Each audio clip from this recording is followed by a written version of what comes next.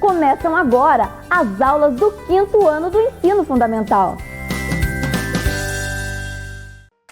Vem aí, Língua Portuguesa.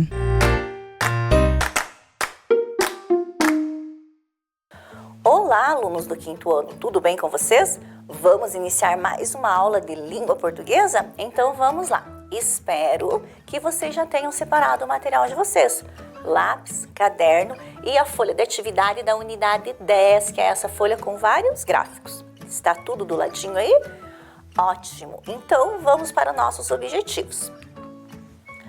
Os objetivos da aula: reconhecer a função de gráficos no texto lido, inferir o sentido das palavras desconhecidas no texto lido com base em seu contexto.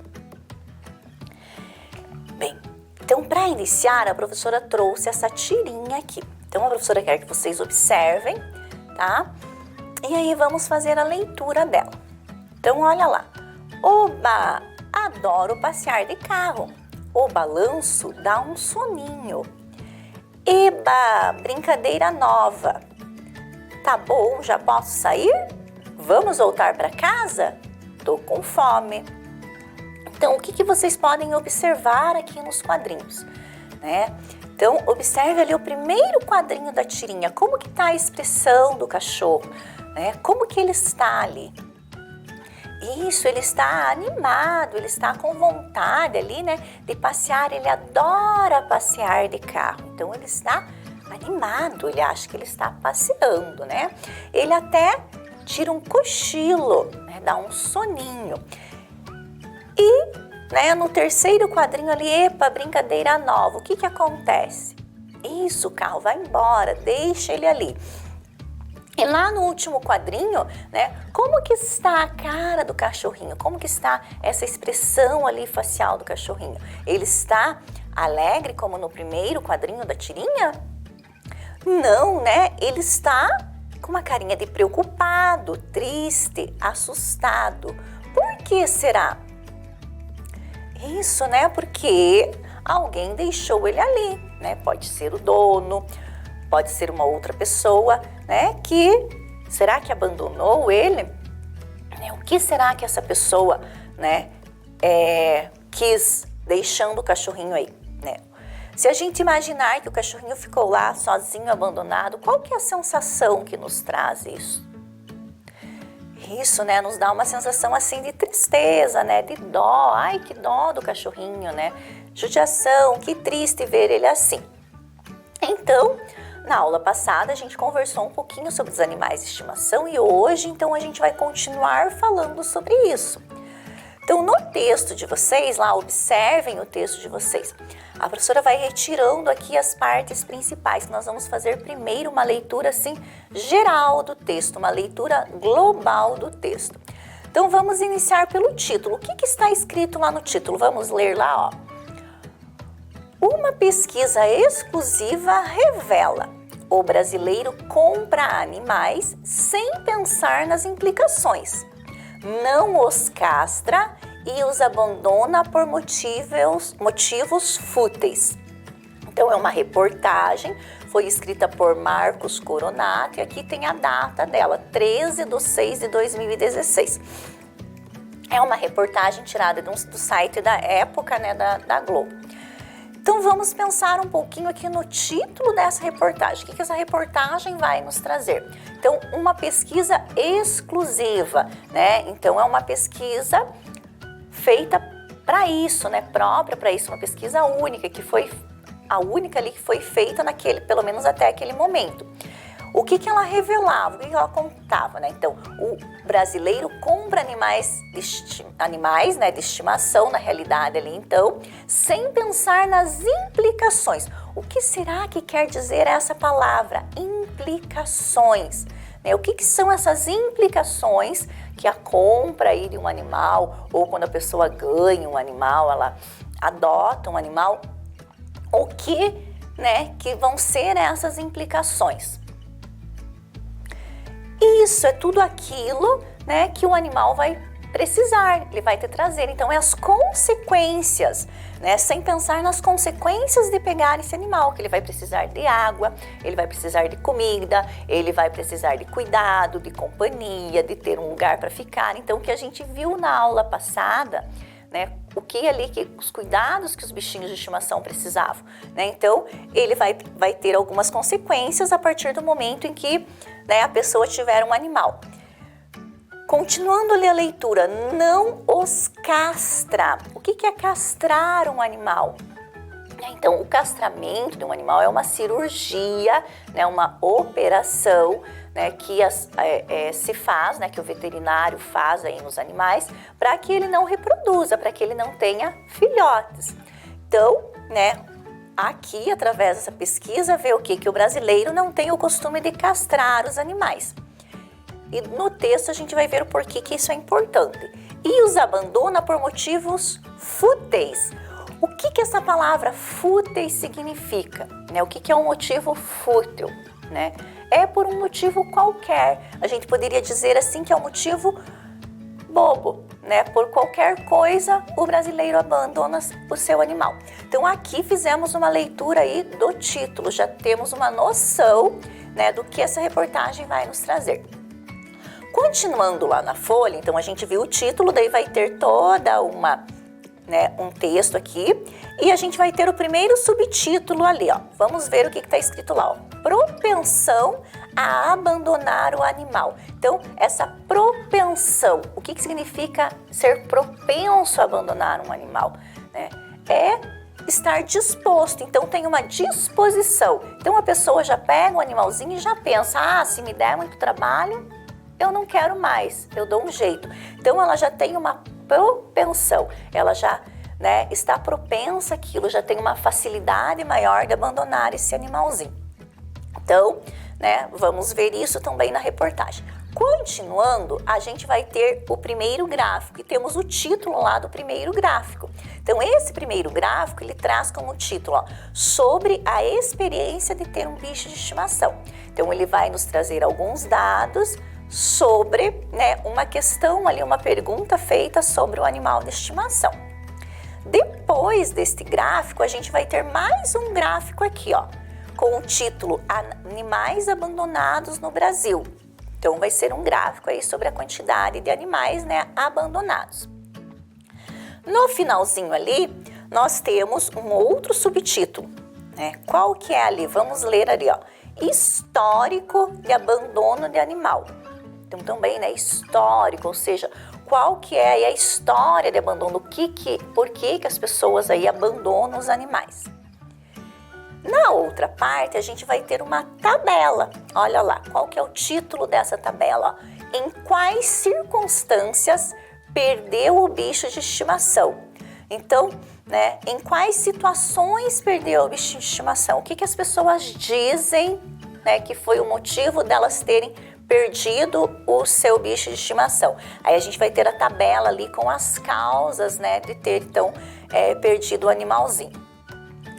Aí depois da tabela, o que vem? Vem um outro subtítulo lá embaixo do texto de vocês. Negligência com a castração. Então, o que vem a ser essa negligência? Vocês já ouviram essa palavra? Sabem o que será que significa essa negligência com a castração? Então, a gente viu lá no título que falava que o brasileiro não castra, né? Então, ele tem um certo descuido com a castração. Ele não dá atenção para a castração, né? Ele deixa de lado. Então, né, por isso, né, uma negligência aí com a castração.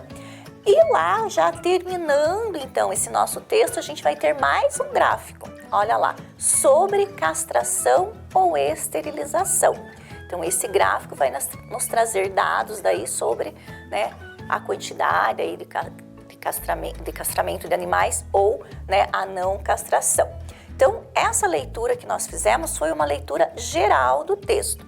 Então, voltando agora, né, a gente vai voltar lá no título, lá no início do texto, para a gente realmente agora fazer a leitura. Então, hoje a gente vai fazer a leitura até ali, né, uma parte do texto, e na próxima aula a gente vai continuar, para a gente poder explorar bem o texto. Então, vamos ler junto com a professora, ou na folhinha de vocês, ou aqui na tela. Uma pesquisa exclusiva revela: o brasileiro compra animais sem pensar nas implicações, não os castra e os abandona por motivos fúteis. Então, como a professora já falou lá, reportagem escrita por Marcos Coronato, é uma reportagem da época. Cerca de 42% dos donos de cães e gatos no Brasil não castram seus animais. Esse é um dos comportamentos do brasileiro que levam à proliferação descuidada desses animais, a seu consequente abandono, vulnerabilidade a maus tratos e sofrimento desnecessários. Bem, então vamos entender essa partezinha aqui do texto. Então, o que fala aqui?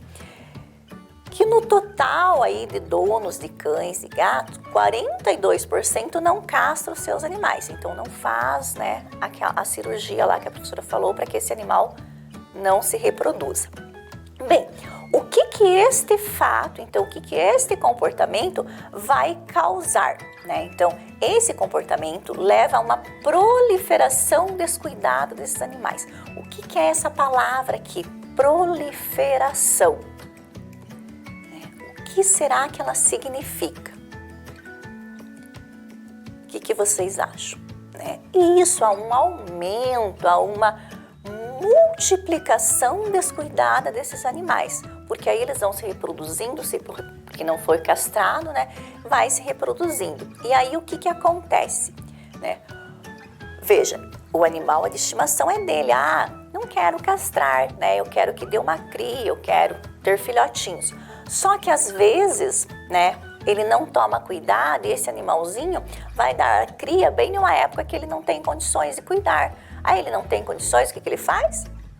E isso infelizmente, acaba abandonando. Então veja, né, seu consequente abandono. Então acaba abandonando o bichinho.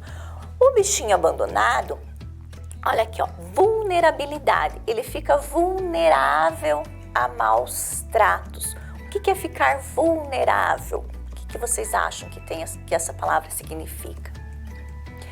Isso mesmo, né? Fica mais fácil dele sofrer maus tratos. Então, ele fica ali exposto a maus tratos, né? Porque aí ele está na rua, né? Quantas vezes a gente já viu pessoas jogando pedra, né? Chutando, às vezes acontece um atropelamento, então ele fica exposto a maus tratos e sofrimentos desnecessários.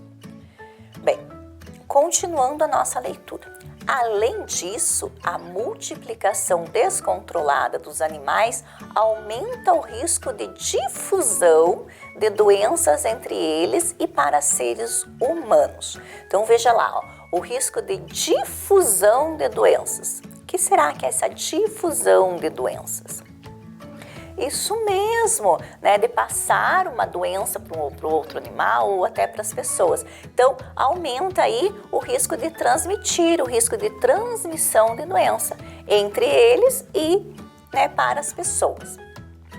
A pesquisa Paixão por Bichos de Estimação foi feita pelo Ibope Inteligência e pelo Instituto Walton, ligada a fabricantes de ração. Então, quem fez essa pesquisa, que nós estamos lendo a reportagem sobre essa pesquisa, foi, né, o Ibope Inteligente e esse instituto aí que é ligado, né, a fabricantes de ração. Bom, o tema ganha relevância por causa do crescente convívio de bichos de estimação com as famílias brasileiras. O IBGE estima que haja ao menos um cão em 30 milhões de domicílios no país, ou 44,3% do total. Há no país 52,2 milhões de cães e 22,1 milhões de gatos domésticos. Então, o tema ganha relevância, né? O que é ele ganhar relevância? Isso, ele ganha importância, ele ganha destaque, né, por causa desse aumento aí de bichos de estimação com as famílias. E o IBGE, então a gente já viu, a professora já conversou com vocês outras vezes, que o IBGE é o Instituto Brasileiro de Geografia e Estatística, então ele estima, ele faz uma estimação. O que é fazer uma estimação? É fazer um cálculo, né, de um valor aproximado, então da quantidade de animais que existem aí nas residências do país. A professora trouxe aqui, lembram? Esse aqui a professora apresentou para vocês lá na aula passada, tinha no texto passado, que era o infográfico ali, então, apontando que tem o quê? 52,2 milhões de cães e 22,1 milhões de gatos vivendo aí nas residências do Brasil. Então, o fato de existirem toda essa quantidade animal faz com que esse tema tenha toda essa importância nesse momento. Essas duas populações, então, quais são essas populações? Essas duas populações vêm se expandindo. A dos cães, cerca de 6% ao ano, e a dos gatos, cerca de 12% ao ano, segundo 2 estudos feitos em 2001 e 2009 sobre a orientação de Ricardo Dias, professor na Faculdade de Medicina Veterinária da Universidade de São Paulo, USP. Ele também colaborou com a pesquisa Paixão por Bichos de Estimação. Então, essas duas populações, então a população de cães e de gatos vem se expandindo. O que é expandir? Isso mesmo, ela vem aumentando. Então, ela aumenta cerca de 6% a do cachorro e 12% a dos gatos aí, por ano. Amparado nos dados da nova pesquisa, Dias faz um alerta. Então vamos ver qual que é o alerta aí que ele faz. Os sinais são preocupantes, mostram que o brasileiro procura animal de estimação baseado em modismos de raça e tem baixa propensão a tentar manter o animal diante de mudanças no estilo de vida, afirma. A seguir, 3 comportamentos preocupantes do brasileiro ao lidar com animais de estimação. Então veja lá, amparado nos dados. Então o que é estar amparado? Isso é estar apoiado. Então com base nesses dados, Dias, que é aquele professor que a gente leu antes ali, que ele é professor de veterinária na USP, ele fala então que o brasileiro procura um animal baseado em modismo. Então, essa raça tá na moda, eu quero, eu vou comprar, é bonitinho. E aí tem baixa propensão, que a gente já viu que é o quê? Uma baixa disposição, de cuidar desse animalzinho, diante de mudanças no estilo de vida. E aí o texto vai nos apresentar ali, 3 comportamentos preocupantes. Hoje a gente vai ver só o primeiro. Então, vamos ver qual que é o primeiro aqui. Propensão a abandonar o animal. Porque a gente já viu que essa disposição aí de abandonar o animal. Apenas 41% dos donos afirmam que levarão o animal consigo caso tenham que se mudar. Isso significa que 6 em cada 10 acham duvidoso que consigam fazer isso. Existem alguns motivos compreensíveis para deixar um animal, afirma Dias da USP. Bom, a gente já viu lá então que propensão é essa? Disposição. É o que acontece com quem se vê obrigado a se mudar de um imóvel maior para um menor ou de uma casa para um apartamento. Mas a pergunta apresentada na pesquisa não incluía esse tipo de circunstância forçada.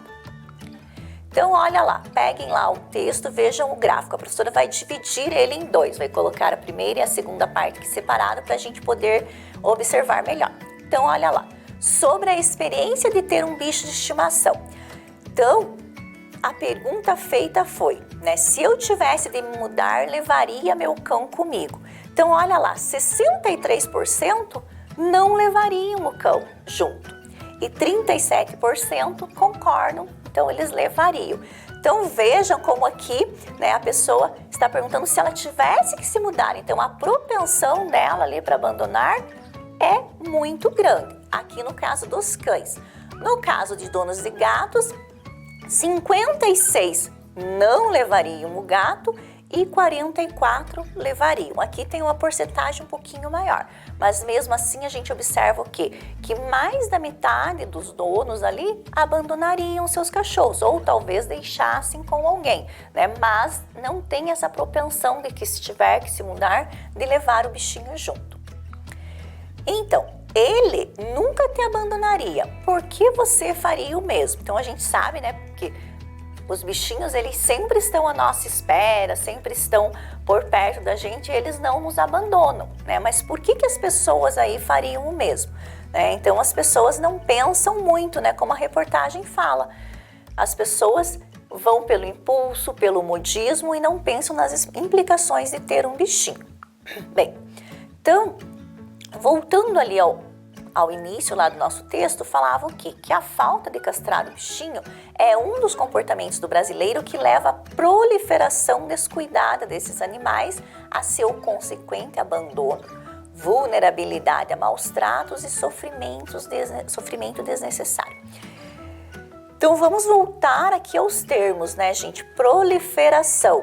Então, significa o que mesmo? Multiplicação. E vulnerabilidade é estar exposto, né? Uma exposição a alguma coisa. Então, vamos ver aqui outros exemplos empregando essas palavras, utilizando essas palavras. Então, houve uma proliferação de animais de rua nos últimos anos. Então, houve uma multiplicação, houve um aumento de animais de rua nos últimos anos. No verão, os insetos se proliferam com maior facilidade. Então, né, os insetos se multiplicam com maior facilidade. A outra palavrinha que nós tínhamos lá era vulnerável. Então, né, a casa perto do rio ficou vulnerável a inundações. Então, a casa perto do rio ficou exposta a inundações. Ela está mais próxima, né? Se o rio encher, ela fica ali, né, mais exposta à inundação. E sem os cuidados necessários, as pessoas ficam vulneráveis às doenças. Então, sem os cuidados necessários, as pessoas ficam expostas, têm mais facilidade a ficarem doentes. Então, relembramos aqui, né, o significado aí desses dois termos, né?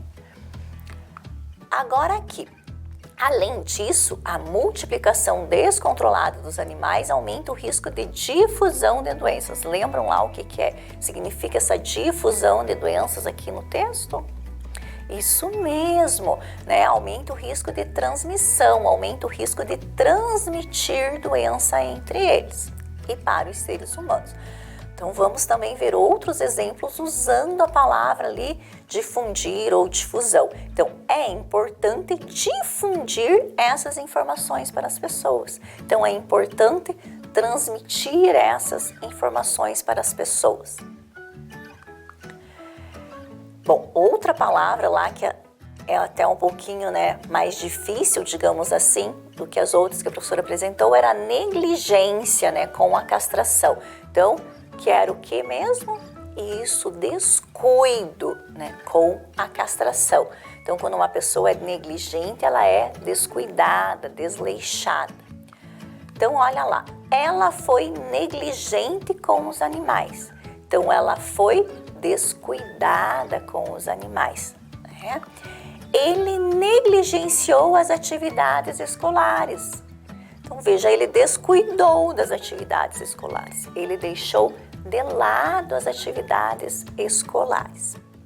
Bem, nós retomamos ali esses significados e a professora trouxe aqui um pequeno texto para vocês completarem utilizando essas palavras. Então, nós temos ali no quadro proliferação, negligentes, vulneráveis e difundir. E temos aqui então o pequeno texto: os animais de ruas estão a acidentes e podem doenças. Para evitar dos animais abandonados, não podemos ser com a castração. Então, vocês vão encaixar essas palavras aqui nas lacunas. Lembrando lá, então, proliferação, significado que de multiplicação, negligentes é um descuido, né? Vulneráveis é estar exposto e difundir é isso, transmitir. Então, 6 minutinhos para vocês completarem.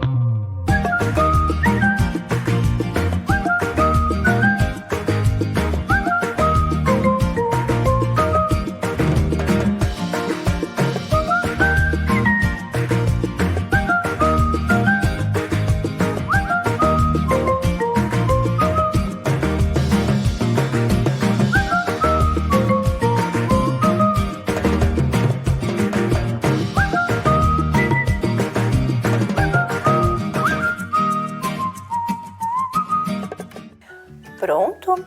Vamos para a nossa correção?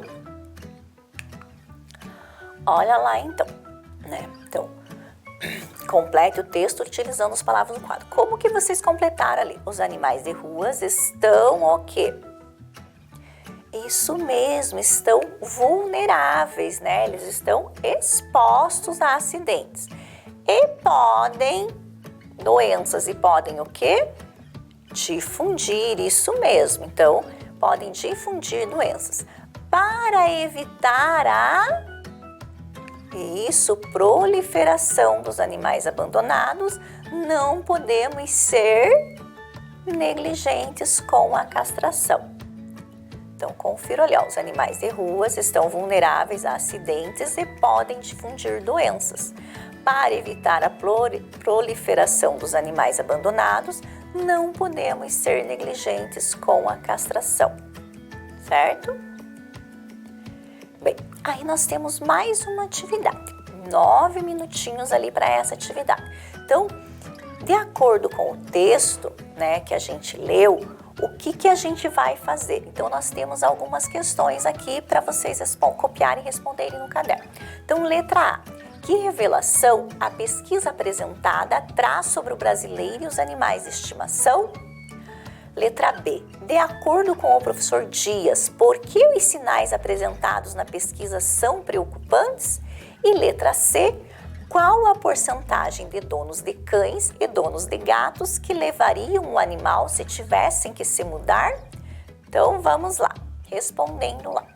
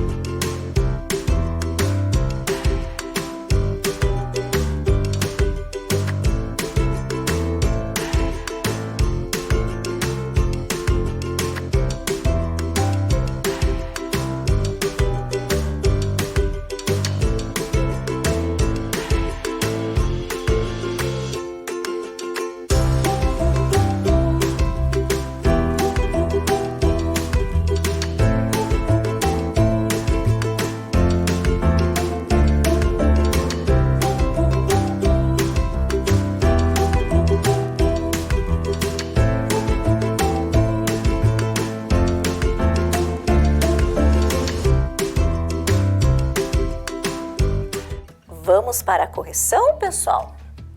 Olha lá então, a nossa primeira questão aqui. Que revelação a pesquisa apresentada traz sobre o brasileiro e os animais de estimação? Então, se nós formos ler lá no texto, no título já, a gente tem a resposta para essa questão. Então, uma pesquisa exclusiva revela: o brasileiro compra animais sem pensar nas implicações, não os castra e os abandona por motivos fúteis. Então, aqui nós temos a resposta para essa primeira questão nossa. Então, que revelação a pesquisa faz? Então, revela que o brasileiro compra animais sem pensar nas explicações, não os castra e os abandona por motivos bobos, tá? Pode escrever com outras palavras também, mas a resposta tem que ter essa questão aí que a pesquisa revela que o brasileiro compra o animal, por modismo, depois acaba abandonando. A letra B. De acordo com o professor Dias, por que os sinais apresentados na pesquisa são preocupantes? Então, também nós tínhamos lá, o trecho que falava lá, amparado nos dados da nova pesquisa, Dias faz um alerta.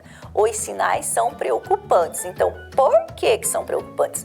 Eles mostram que o brasileiro procura um animal de estimação baseado em modismos de raça e tem baixa propensão a tentar manter o animal diante de mudanças do estilo de vida. Então, por que esses sinais são preocupantes? Porque eles mostram que o brasileiro compra animais por modismo e tem disposição a abandonar esses animais. Então, isso preocupa muito aí os pesquisadores.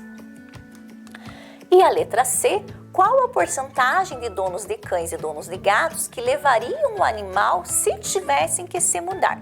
Então, lá no gráfico, nós tínhamos o quê? Que 37% levariam, Então, tá perguntando se levaria. Então, 37% levariam e aqui seria 44%. Então, apenas 37% dos donos de cães e 44% de donos de gatos levariam os seus animais, O restante não concorda, não levaria. Bom, os objetivos da nossa aula de hoje, então, era reconhecer a função de gráficos no texto lido e inferir o sentido das palavras desconhecidas no texto lido com base em seu contexto. Lembre-se, esse pet é descartável, esse não. Então, não abandone os animais e até a nossa próxima aula. Fiquem bem. Volta às aulas. O que cada um deve fazer para um retorno seguro? Use máscara. Mantenha o distanciamento. Lave bem as mãos.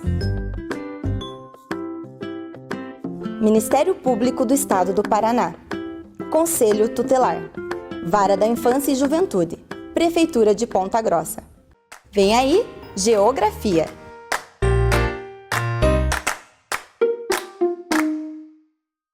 Bom dia, crianças, tudo bem? Que bom encontrar vocês novamente em mais uma manhã. Hoje nós vamos rever o nosso tema. O objeto do conhecimento de hoje, então, são os diversos tipos de atividades econômicas no Paraná e em Ponta Grossa. Então, eu peço que você vá se organizando aí, sente direitinho, se ajeite para você me ouvir bem adequadamente. E lembrando que hoje nós vamos usar aquela atividade que nós fomos retirar lá na escola, tá bom? Então, já fica com tudo meio perto para você não ficar atrasado depois, ok? Como objetivo da nossa aula, nós teremos dois: diferenciar as principais atividades econômicas e resumir as principais atividades econômicas de Ponta Grossa e do nosso estado do Paraná. Vejamos então esse quadrinho, daqui da Turma da Mônica. É o Chico Bento em Privilégios da Cidade. E tá lá o Chico caminhando com o seu primo, que mora na cidade e ocasionalmente vem visitar o Chico lá no sítio, aonde ele está falando assim: "Aff, Chico, não sei como você consegue sobreviver aqui, neste fim de mundo." Aí o Chico não entende e diz: "Fim de mundo por quê?" Porque o Chico, ele tem o seu dialeto natural de quem mora lá no campo. Aí eu pergunto para vocês, fim de mundo, o que quer dizer fim de mundo? É o fim do mundo mesmo? Tudo acaba? Vejam só, o que é o fim do mundo? Até o Chico Bento ficou meio em dúvida, né? Fim do mundo é uma expressão que se refere a um lugar muito longe, sem recursos. Então nós havíamos conversado que todas as nossas necessidades, né, básicas, alimentação, roupa, moradia, energia elétrica, segurança, educação, elas vêm de algum lugar. Normalmente do trabalho de outra pessoa. Isso geram as atividades econômicas. Por isso, então, as nossas necessidades, elas são supridas, né, conforme os recursos que nós temos em volta. Quando nós moramos na cidade, nós temos muito mais recursos do que quando moramos no campo. Então, lá para o primo do Chico, o sítio era um fim de mundo, porque não tinha mercado, nem farmácia, nem shopping, nem lojas, nem comércio, nem parque. Porém, não é que seja realmente o fim do mundo. O Chico tem os recursos que ele precisa lá no sítio. Tem a natureza, tem o campo para plantar, tem os animais para cuidar e tudo isso acaba sendo relacionado. Por quê? Sem esses recursos naturais, nós não conseguimos transformar essa matéria-prima ou tudo isso que é extraído na natureza para que depois vire um produto a ser consumido por nós. Por exemplo, nós não construímos uma casa apenas com uma árvore, né? Nós podemos utilizar a madeira, mas alguém precisa ir lá, cortar aquela árvore, tratar a madeira, ela ser vendida, aí depois eu consigo comprar e fazer o que eu quero com ela. Portanto, lembrando sempre que tanto o campo quanto a cidade, um depende do outro, principalmente quando falamos de atividades econômicas, porque tudo que é extraído no campo precisa ser transformado pela indústria, que nós vimos lá que é o setor secundário, para então ficar pronto ou para o consumo ou virar outra matéria-prima, que vai ser então transportada até o terciário, né, o setor terciário, aonde ele vai ser vendido, aonde vai chegar lá no nosso mercado, nas lojas, né, aonde nós vamos adquirir o lápis, o sapato, a roupa ou a comida. Então, lembrando lá que quando nós dizemos então todos esses produtos que são extraídos da natureza, né, seja lá uma extração vegetal, a própria madeira, a agricultura, a pecuária, que é o cultivo de animais, nós estamos nos referindo ao setor primário. Tudo isso então, ele faz menção de tudo que é retirado da natureza, tudo que é cultivado da terra, que precisa ou não ser transformado. No setor secundário, nós vamos citar então as indústrias, que vão transformar esta matéria-prima para um outro produto ou vão pegar tudo isso que foi extraído da natureza e fazer com que ela vire um produto pronto e acabado para que nós possamos consumir. E aí o setor terciário, que no caso é o comércio propriamente dito. Pode ser o comércio de atacado, né, quando as pessoas vão comprar para as suas lojas, ou pode ser então esse comércio que nós mesmos vamos lá e compramos uma peça, 2 peças, de acordo com a nossa necessidade. Tudo isso, então, movimenta a nossa economia e são as atividades econômicas. Agora vamos ver com mais atenção as atividades econômicas aqui do nosso estado do Paraná. Quando nós estamos nos referindo ao setor primário aqui no estado do Paraná, nós vamos dizer que nós, então, temos uma grande produção de ovos, né, aqui no nosso estado, um algodão lá no norte do estado, a soja e o milho, muito aqui da nossa região também. Nós temos o café, também proveniente lá do norte do estado. Nós temos bicho da seda, né, o casulo, então, que ele é utilizado para fins de tecido, né, da indústria têxtil. Nós temos a bovinocultura, nós temos a suinocultura. Nós temos uma produção de mel bem considerável aqui no nosso estado. Nós temos a extração de areia, talco. Nós temos também a criação do búfalo, né? Nós temos a extração da madeira e também o cultivo da erva mate, que é muito utilizado lá no chimarrão e em outros produtos. No nosso estado, quando nós estamos falando então de setor secundário, todo o estado é importante, mas existem algumas cidades que se destacam mais. Curitiba é uma delas, porque acaba sendo então a região que mais possui indústrias, né? Sejam elas de móveis, alimentos, madeireiras, de minérios não metálicos, também de montadoras de carro, ou seja, ela é o maior parque industrial aqui do nosso estado. Nós temos também Ponta Grossa, que se destaca em relação ao interior do estado e é considerado um dos maiores parques moageiros de milho e soja da América Latina. Nós também temos lá em Londrina uma grande produção de alimentos. Nós temos as agroindústrias de beneficiamento de café, de algodão, amendoim, girassol, lá no norte do nosso estado. Nós temos um grande potencial hidrelétrico, né? Acabamos sendo o estado que mais produz energia elétrica graças à usina de Itaipu, fundada aqui no nosso estado, né? Ela é uma hidrelétrica binacional, construída juntamente com o Paraguai. E também acaba que a mais importante indústria é do grupo Klabin, que se instalou ali em Ortigueira, próximo a Telêmaco Borba. Acaba que então as indústrias de transformação de madeira que nós temos aqui no estado, elas se distribuem por todo o estado, né? Então não tem um local específico de produção de extração de madeira e transformação dela mesma. E também as grandes cooperativas, né? Nós temos a Coamo, nós temos a Cocamar, Batavo, Frisia e tantas outras. Agora vamos falar do setor terciário. O setor terciário, então, ele vai ser responsável pela distribuição dessa mercadoria e também a comercialização dela. Nós temos, então, o Porto de Paranaguá, sendo considerado um porto muito moderno, né? Ele tem estacionamento para containers, ele tem espaço para depósito de grãos, então ele é considerado um porto, né? Com um maquinário muito importante para esse transporte das mercadorias.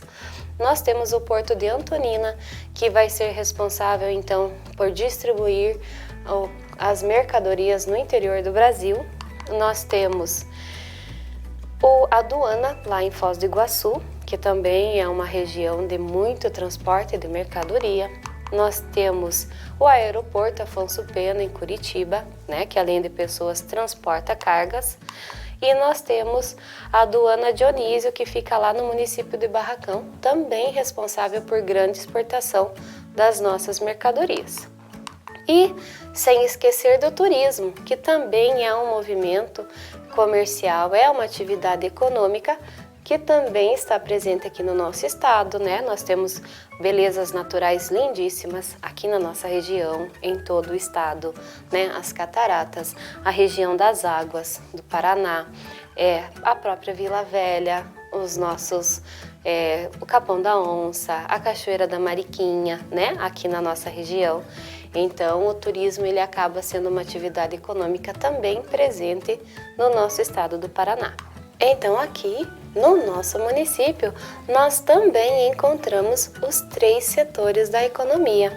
No setor primário, então, nós vamos ter a produção de amendoim, arroz, feijão, mandioca, milho, soja, né? Também temos a pecuária, a criação de búfalos, cabras, bovinos, suínos. No setor secundário, nós temos como destaque lá o nosso Distrito Industrial Ciro Martins, né? E algumas fábricas importantes como a DAF-Pacar, a Madeiro, a Macisa. E dentro do nosso setor terciário está também o transporte, porque aqui na nossa região nós possuímos então um grande entroncamento rodoferroviário que possibilidade, então, ou melhor, que possibilita o transporte de mercadorias para qualquer região do nosso estado. Então vamos ver de perto alguns produtos e indústrias aqui da nossa região? Muito bem, então a professora trouxe algumas imagens, né, para que a gente possa memorizar melhor, então, tudo que é produzido dentro dos 3 setores aqui no nosso município em Ponta Grossa. Então, lembrando lá que o milho, né, que é cultivado, plantado, depois colhido e aí levado para as indústrias, faz parte então do setor primário e é muito cultivado aqui na nossa região. Nós temos aqui a Ambev, uma grande representante do nosso setor secundário, ou seja, que vai fazer então a produção, né, das cervejas, né, responsáveis por esse grupo. Então, a Ambev também é instalada aqui na nossa cidade de Ponta Grossa. Olha só, o búfalo então vem representar também a pecuária aqui da nossa região, né? O búfalo é um animal criado aqui no nosso município. Aqui nós temos uma foto geral do calçadão aqui da nossa cidade, representando então todo o comércio, né? Seja ele para pequenas compras ou para grandes compras, né? Nós temos então à disposição roupas, calçados, remédios, mercados, tudo então que é necessário para a nossa sobrevivência. Olha só, uma outra imagem aqui de uma indústria muito importante na nossa região é a Macisa, também instalada aqui, né? Então ela prepara a madeira para móveis e outros fins. Então a Macisa também é uma grande representante do nosso setor secundário, instalada lá no nosso distrito industrial Ciro Martins. Olha só, temos a foto aqui do nosso terminal, porque claro que nós precisamos de transporte, né? Para ir trabalhar, para voltar do trabalho, para ir passear. E então, isso se enquadra na atividade econômica do setor terciário, né? Que é a prestação de serviço, onde os motoristas, cobradores vão estar lá, né? À disposição para que você possa se locomover pela nossa cidade. Nós temos aqui a imagem do soja, que é então também muito produzido aqui na nossa região, lembrando lá que nós cultivamos, né, todos esses alimentos, animais e mais algumas coisas. Aqui nós temos uma foto aérea das furnas. Essa é aquela furna bem grandona, principal lá do nosso parque de Vila Velha. Lembrando que o turismo da natureza aqui na nossa região também é muito presente. Nós temos muitas belezas naturais, o próprio Parque de Vila Velha, né, o nosso alagado, o Capão da Onça, a Cachoeira da Mariquinha, o Buraco do Padre. Tudo isso então movimenta aqui a nossa economia no município de Ponta Grossa.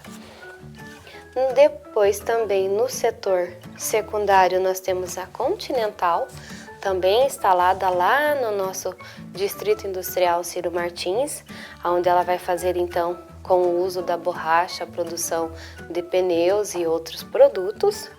E por último nós temos o amendoim, que também é cultivado aqui na nossa região, lá representando então o setor primário de tudo que é cultivado na natureza, mas precisa ser de certa forma transformado e depois comercializado pelos outros setores.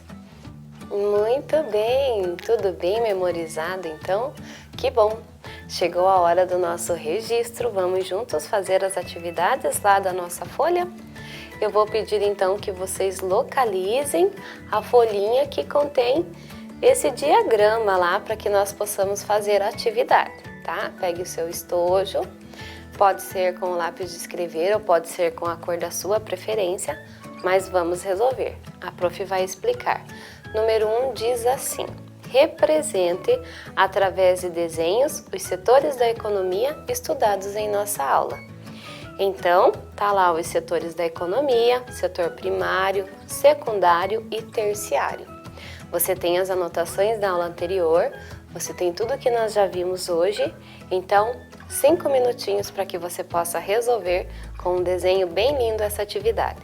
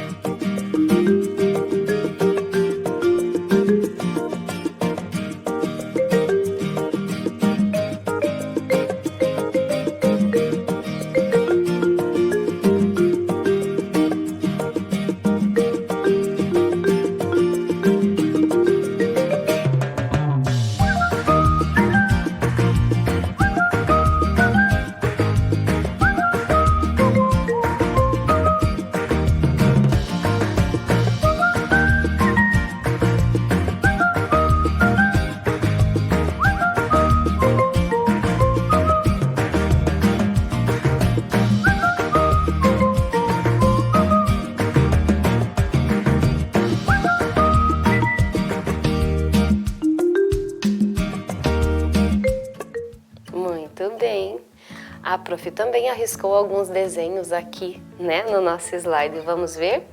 No setor primário, a prof colocou a extração da madeira, né?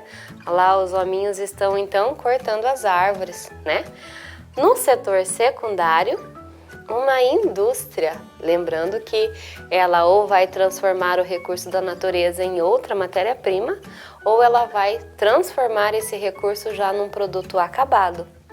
E então, dentro do setor terciário, a prof colocou lá uma mesa que já é o produto pronto, né? E está próprio para compra, para utilização. Se você quisesse ter desenhado uma loja, também poderia. Se você quer desenhar um produto pronto, também. Parabéns! Vamos lá? Próxima atividade, número 2. Leia com atenção as atividades econômicas citadas na tabela abaixo e siga as seguintes instruções. Então, vocês vão fazer um X no retângulo que está citando uma atividade do setor primário. Vocês farão um círculo em volta do retângulo que estiver citando uma atividade do setor secundário, né? Lembrando que são as indústrias. E vocês vão pintar o retângulo que está citando uma atividade do setor terciário.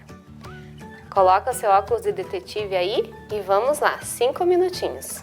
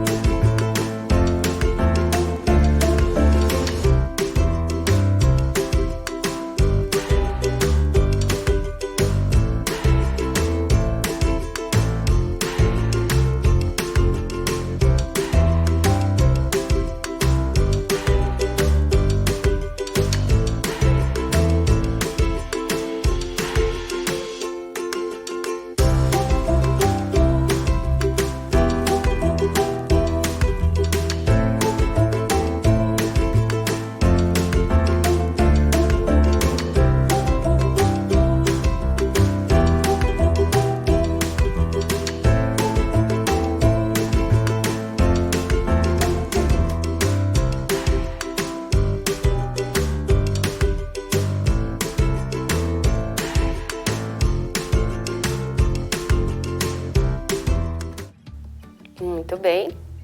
Vamos conferir se você conseguiu localizar bem corretamente todas as atividades. A primeira, que é a criação de gado, vai levar um X, se refere ao setor primário. Indústria de carro, vamos circular, porque ela faz parte do setor secundário. Loja de roupas deve ser colorida e da cor que você quiser, né? Porque ela é uma atividade então do setor terciário, o comércio de produtos. Dentista também vai ser pintada. Agricultura vai levar o X do setor primário. Padaria vai ser colorida, porque também é um comércio, né? A indústria de sapato vai levar um círculo. A mineração, que é a extração então lá da natureza, vai levar o X do setor primário. O advogado vai ser colorido, porque se refere ao setor terciário. A extração de madeira, primário. Indústria de tecidos, secundário. E plantação de soja, primário. Muito bem, vamos à próxima e última atividade, diz assim: escreva o que está sendo pedido nas linhas abaixo. Letra A, o nome de uma atividade do setor terciário aí do seu bairro, então vai ser uma resposta bem particular. E a letra B, um dos produtos do setor primário em nossa cidade. Lembrando que a prof trouxe até imagens hoje, né? Então, 5 minutinhos para vocês.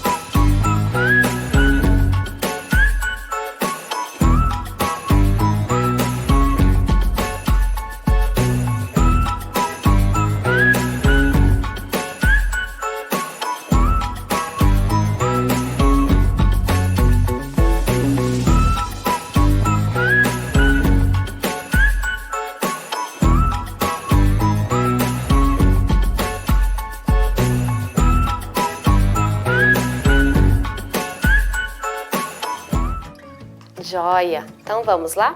A prof citou uma mercearia que tem lá perto da minha casa e na letra B, como um dos produtos do setor primário, o soja.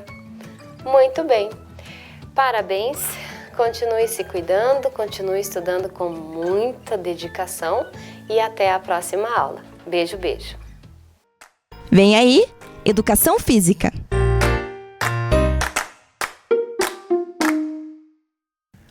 Era uma vez uma menina que adorava a cor vermelha. Gostava tanto que sua mãe lhe presenteou com uma capa nesta cor. Ela gostou tanto do presente que sua mãe lhe deu e quase não tirava a capa. Assim, ela ficou conhecida como Chapeuzinho Vermelho. Ela adorava os animais e sempre vai até a floresta, próxima à sua casa, para admirar os animais e imitar os seus movimentos. Essa é a maneira que ela encontrou de cumprimentar seus amigos. Certo dia, ela foi visitar seus amigos na floresta e teve a ideia de presentear cada um dos seus amigos. Em uma cesta, colocou um pote de mel, um pedaço suculento de carne, sementes de girassol, bananas, espigas de milho, folhas de couve, cenouras fresquinhas colhidas da horta da mamãe e uma garrafa de água. Como a Chapeuzinho Vermelho vai fazer uma longa caminhada na floresta, ela precisa se preparar. Então, antes de tudo, vamos alongar o nosso corpo. E agora vocês têm que imitar a Chapeuzinho Vermelho. Alongando o pescoço, 1, 2, 3, 4, 5. Do outro lado, 1, 2, 3, 4, 5. Entrelaça os dedos lá em cima da cabeça, levantou na ponta dos pés. 1, 2, 3, 4, 5. Agora colocou a mão lá na cintura, flexionou o tronco para o lado. 1, 2, 3, 4, 5. Para o outro lado. 1, 2, 3, 4, 5. Aproximou a mão lá dos pés, tentando alcançar a pontinha do pé. 1, 2, 3, 4, 5. E agora que a Chapeuzinho Vermelho já está preparada, ela vai para a floresta, à procura dos seus amigos. E no caminho ela passou por lugar cheio de obstáculos, saltou por cima de várias pedras, passou por cima de uma ponte estreita, um lugar desafiador e encantador. Logo ali, ela avistou os primeiros amigos, o sapo e o caranguejo, que estavam a conversar e a sorrir. Chapeuzinho Vermelho se aproximou dos seus amigos e primeiro cumprimentou o sapo, imitando o seu amigo. Vocês conseguem imitar em casa também, crianças? Vamos lá? Olha, Chapeuzinho Vermelho, quanta criança imitando o sapo em casa! Que lindos! E a Chapeuzinho Vermelho presenteou seu amigo sapo com uma garrafa de água e o sapo agradeceu e foi embora. Agora é a vez do caranguejo. A Chapeuzinho Vermelho cumprimentou o caranguejo, indo para lá e para cá. Vamos imitar o caranguejo em casa, galerinha? Então, ele presenteou o caranguejo com as folhas de couve fresquinhas e continuou sua caminhada pela floresta. E a Chapeuzinho caminhou pela floresta saltitando. Vamos saltitar em casa também, crianças? E a Chapeuzinho encontrou o seu amigo urso. E o urso vem andando próximo a Chapeuzinho e se cumprimentaram, Chapeuzinho imitando o urso. E logo em seguida, a Chapeuzinho entregou o presente para o urso, um delicioso pote de mel. Em seguida, a Chapeuzinho Vermelho encontrou o seu amigo tigre. E ela cumprimentou o tigre, imitando o seu amigo. E ela entregou para ele um belo pedaço de carne. E o tigre continuou andando pela floresta e a Chapeuzinho a procurar os seus amigos. Um pouco mais à frente, ela avistou seu amigo Avestruz. Imitando o seu amigo, ela o cumprimentou. Olha só, Chapeuzinho Vermelho, tem criança sentada no sofá. Vamos lá, crianças, vamos imitar o avestruz? E logo em seguida, ela entregou o seu presente, sementes de girassol. E a Chapeuzinho Vermelho continuou saltitando na floresta. Eis que aparece, num galopar majestoso, seu amigo cavalo. Chapeuzinho Vermelho o imitou também. Olha como nossos amiguinhos de casa sabem imitar o cavalo. E logo lhe entregou seu presente, uma saborosa espiga de milho. Lá entre as árvores, ela encontrou o gorila, que logo viu que era Chapeuzinho Vermelho e desceu da árvore. E em seguida se cumprimentaram, a Chapeuzinho imitando o gorila. Olha quantos gorilas em casa, Chapeuzinho Vermelho! E ela entregou um presente para o macaco. O que é que o macaco gosta de comer? Banana! Muito bem, crianças! E se despediram, mas faltou um amigo que ela gosta muito. A Chapeuzinho Vermelho procurava em todos os lugares e não encontrava. Quando viu atrás de uma pedra, 2 orelhas longas e pontudas. De quem são essas orelhas, Chapeuzinho Vermelho? Que presente sobrou na sua cesta? Uma cenoura. Quem gosta de cenoura, Chapeuzinho Vermelho? O coelhinho. E a Chapeuzinho ficou muito feliz. Mas a Chapeuzinho Vermelho, as crianças não sabem imitar. Mostra pra gente como que é. Muito bem. E em seguida ela entregou o presente para o seu amigo coelho. E o coelho saiu saltitando e feliz. Mas já está ficando escuro e a Chapeuzinho Vermelho precisa se apressar. Ela fez o caminho de volta para sua casa muito rápido, pois estava radiante e feliz e ansiosa para chegar em casa e contar para a mamãe tudo o que tinha vivido naquele belo dia com seus amigos animais. Gostaram da história, criançada? Ela foi preparada com muito carinho pela nossa equipe para todos vocês. Crianças, essa foi a história da Chapeuzinho Vermelho, onde o objetivo era imitar os animais. O desafio agora é praticar esses movimentos e vamos fazer isso com a ajuda das professoras. A professora Carol, da escola Cirilo, a professora Kelly, da escola Maria Antônia e a estagiária Kelly, da escola Edgar. Vamos lá fazer então? Primeiro, o sapo, agachado com as 2 mãos no chão, saltar para cima, mas permanece com o tronco curvado, salta para frente. O segundo animal que nós aprendemos hoje foi o caranguejo. Em decúbito dorsal, quadrupedar, movimentar pernas e braços. O próximo animal que nós aprendemos foi o urso. Quadrupedar, pés e braços no chão, fazer movimentos joelho longe do solo. Agora vamos imitar o tigre. Quadrupedar, sempre com o joelho próximo ao solo, movimentando o seu corpo para frente e para trás. Agora o gorila, abaixado, joga os braços para frente e puxa as pernas para frente, fazendo um movimento de andar. Agora, o coelho, com as mãos na cabeça, nas orelhas, salta sobre as pernas sem desequilibrar. Agora, o avestruz, com o tronco flexionado, abrir e fechar os braços como se estivesse batendo palmas, porém com a parte da mão para cima, e andar para frente. E o último, o cavalo, andando para frente e para trás num galopar bonito e radiante. Essa foi a nossa aula de hoje. Espero que vocês tenham gostado. Até a próxima aula. Tchau!